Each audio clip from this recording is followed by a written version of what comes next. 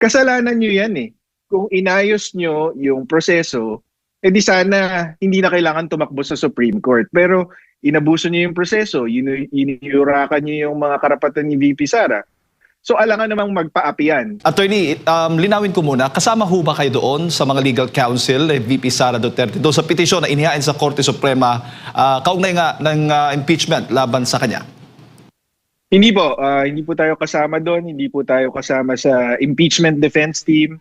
Currently, ang trabaho natin para kay VP Sara ay itong complaint lamang versus Ramil Madriaga. Opo. Attorney, komento ho ninyo, reaction ho ninyo, gaano ho ba kalakas itong naging argumento ng petisyon ni VP Sara Duterte, itong latest po, dyan po sa Supreme Court, kaugnay nga dito sa impeachment laban sa kanya, nais na ipatigil itong impeachment proceedings or itong pagdinig ng Kamara kaugnay nga sa impeachment complaints laban sa kanya? Actually, hindi ko pa nababasa yung buong petisyon, pero base lang sa observation ko doon sa Justice Committee hearings na napapanood natin, tingin ko malakas kasi yung ginagawa ngayon ng Justice Committee, naghahanap sila ng ebidensya. Ngayon pa lang, dito sa hearing stage ng Justice Committee. So nangangahulugan na yung mga complaint, walang laman na ebidensya. So hindi dapat ganoon kasi yung proseso eh. Dapat nauuna yung ebidensya bago nila susuriin kung kompleto ba ito or sapat na ba ito para matransmit sa Senate. Opo. Attorney, anong status na ho ba tayo sa impeachment process ngayon dyan po sa House of Representatives? Nasa Justice Committee siya ngayon. Na-describe na nga ito ni Congresswoman Luistro as a mini trial na itinatanggi naman ngayon ng mga kasamahan niya. Pero ang malinaw is kung ikukumpara to sa normal na kaso, parang itong preliminary investigation stage. So dito sa preliminary investigation stage, dapat sinusuri ng prosecutor or ng fiscal or in this case yung Committee on Justice kung may sapat nga na ebidensya at sapat ba yung mga aligasyon para makahanap ng probable cause. Ang ibig sabihin ng probable cause, meron nga bang mga krimen na commit at ang taong responsable ay yung isinasakdal or yung irinereklamo kung merong sapat na ebidensya. So, kung yun ang susundin natin, dapat hindi sila ngayon nang naghahanap ng ebidensya. Dapat nabigay na ito ng mga complainant. Tapos susuriin nila kung sapat na ito. Hindi ito pwedeng fishing expedition na ngayon sila magsasampina kung ano-anong klaseng dokumento na hindi naman nabanggit doon sa mga complaint para hanapan ng ebidensya yung mga alegasyon. Hindi ganon. Hindi tamang due process yon. Inaabuso nila yung proseso. Kaya tingin ko malakas yung petisyon sa Supreme Court. Baga malinaw, attorney, na dapat bago nila ito dininig, lahat ng mga ebidensya ay naisama na doon sa mga dokumentong inihain dyan sa House of Representatives bago sila maghanap ngayon. Dapat dinirekta na nga dapat yan sa Senado kung gustuin talaga nilang ilusot itong impeachment trial ni Vice President Sara. In fact, sabi nga nila, tingin nila sapat na yung numero nila para mapagbotohan to at i-transmit sa Senado. So anong ibig sabihin? Ibig sabihin, number one, pre-judge ito. So kitang-kita mo na agad na labag ito sa due process. Pangalawa, ginagamit nila itong hearings para siraan si VP Sara at para mag-fishing expedition nga, maghanap ng ebidensya para tapatan yung mga alegasyon. Tapos yun nga, inaabuso nila yung proseso. Ang problema dito sa Kamara de Representantes natin, nabokya na nga yung unang impeachment complaint. Pinagalitan na nga sila ng Supreme Court na inabuso nila yung proseso doon sa impeachment last year. Ngayon, nabigyan sila ng panibagong pagkakataon, imbis na ayusin nila yung proseso, gawin nila ng patas yung impeachment proceedings, umabuso na naman sila. So hindi mo rin masasabihan itong kampo ni VP Sara, bakit kayo tumakbo na naman sa Supreme Court? Kasalanan nyo yan eh.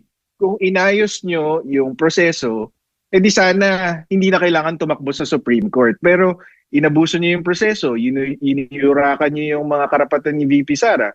So alangan namang magpaapian, 'di ba? Karapatan niya pumunta sa Supreme Court. So gawa-gawa niyan, kasalanan niya ng House Justice Committee kung bakit merong petisyon sa Supreme Court.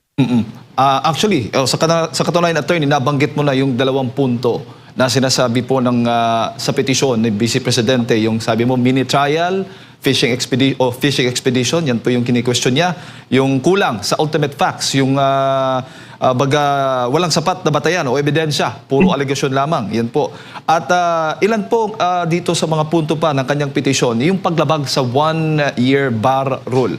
Iginiit ng kampo ng Vice Presidente nga na 2 sa 4 na impeachment complaints ang lumabag sa konstitusyonal na panuntunan na nagbabawal sa pagsasampa ng higit sa isang impeachment proceeding laban po sa parehong opisyal sa loob ng 1 taon. Ano pong tingin ninyo? Hindi ako masyadong familiar dyan sa argument na yan ng grupo ni VP Sara.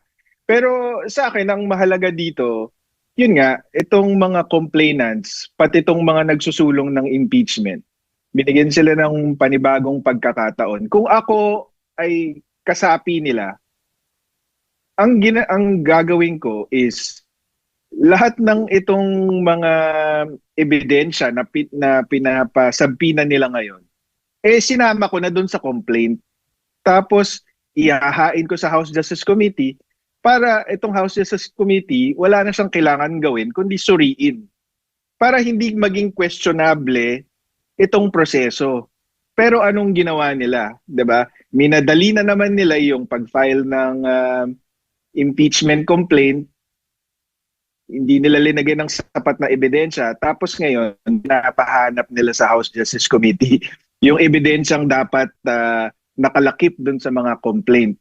So anong ibig sabihin? Para sa akin, ang ibig sabihin nito, hindi nila kayang patunayan yung mga alegasyon nila nang hindi inaabuso yung proseso.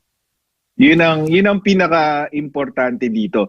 Hindi nila kayang talunin si VP Sara sa patas na labanan, whether sa impeachment or sa eleksyon. Kaya ginagawa nila, inaabuso nila yung poder nila dyan sa House Justice Committee para siraan na lang si VP Sara, gawa ng kwento, para makakuha ng siguro simpatya ng ibang tao na maniwala na itong si VP Sara masamang tao, corrupt, para pahinain siya sa 2028 at tuluyang ma-disqualify for 2028. Yun ang mahalaga dito.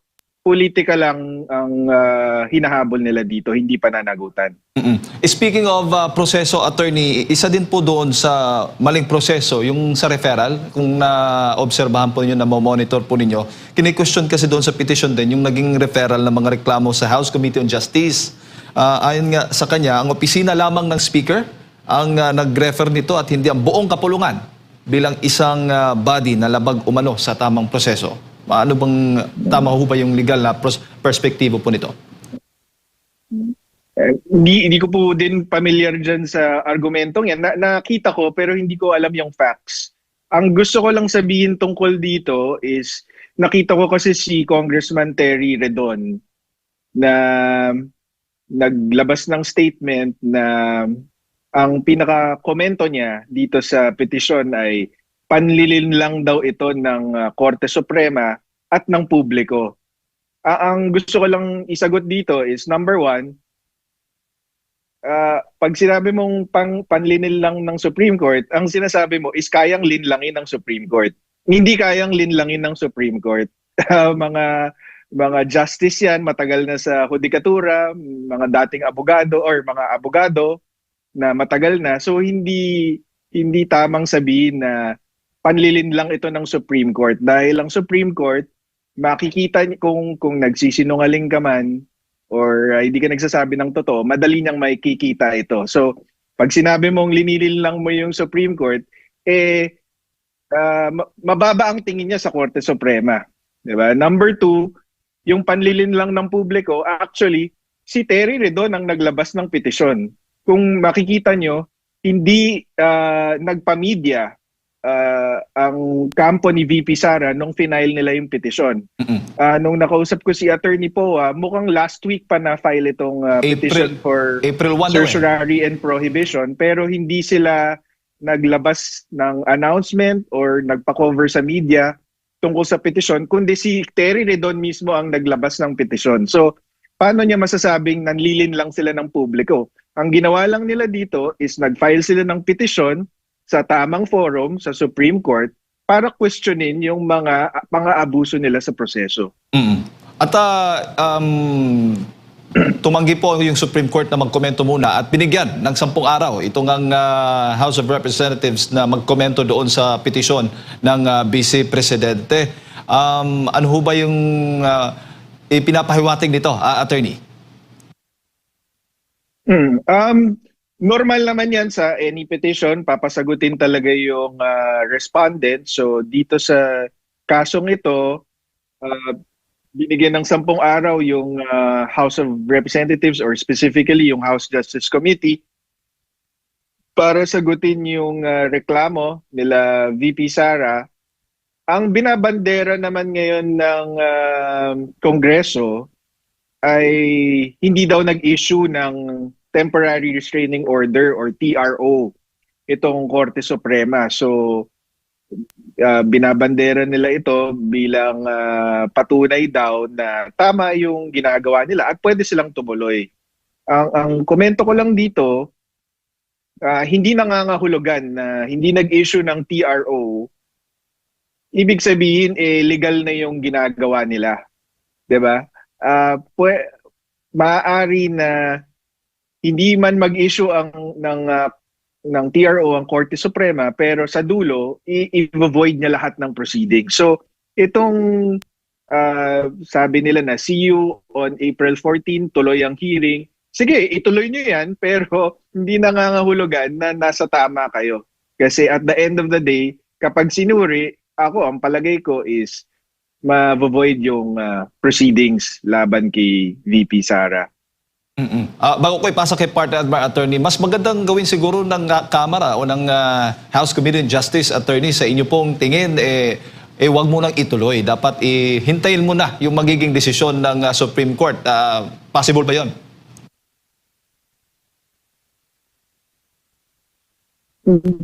Yun ang prudent na gawin.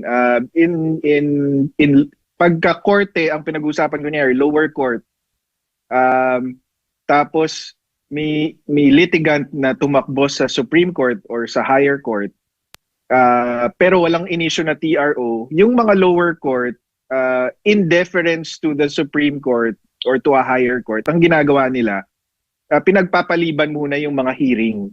Kasi baka nga naman, kahit hindi nag-issue agad-agad ng TRO, baka mag-issue in a few days or in the future, binibigyan nila ng deference yung higher court bago sila gumalaw. Pero sa akin, kahit ituloy nila mukhang tutuloy naman talaga nila sa April 14, sa akin maganda din siguro na matuloy.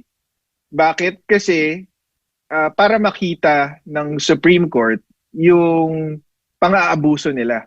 Kasi sa April 14 talaga makikita kung ano yung consequence ng hindi pag-action ng Supreme Court. And mahalaga ito kasi dapat tandaan natin na ang Supreme Court justices, impeachable officers din yan. So kapag hindi nila hinarangan ito, nangangahulugan na pwede rin gawin sa kanila ito. So yung April 14 is an opportunity for the justices to see just how abusive and just how illegal this process is.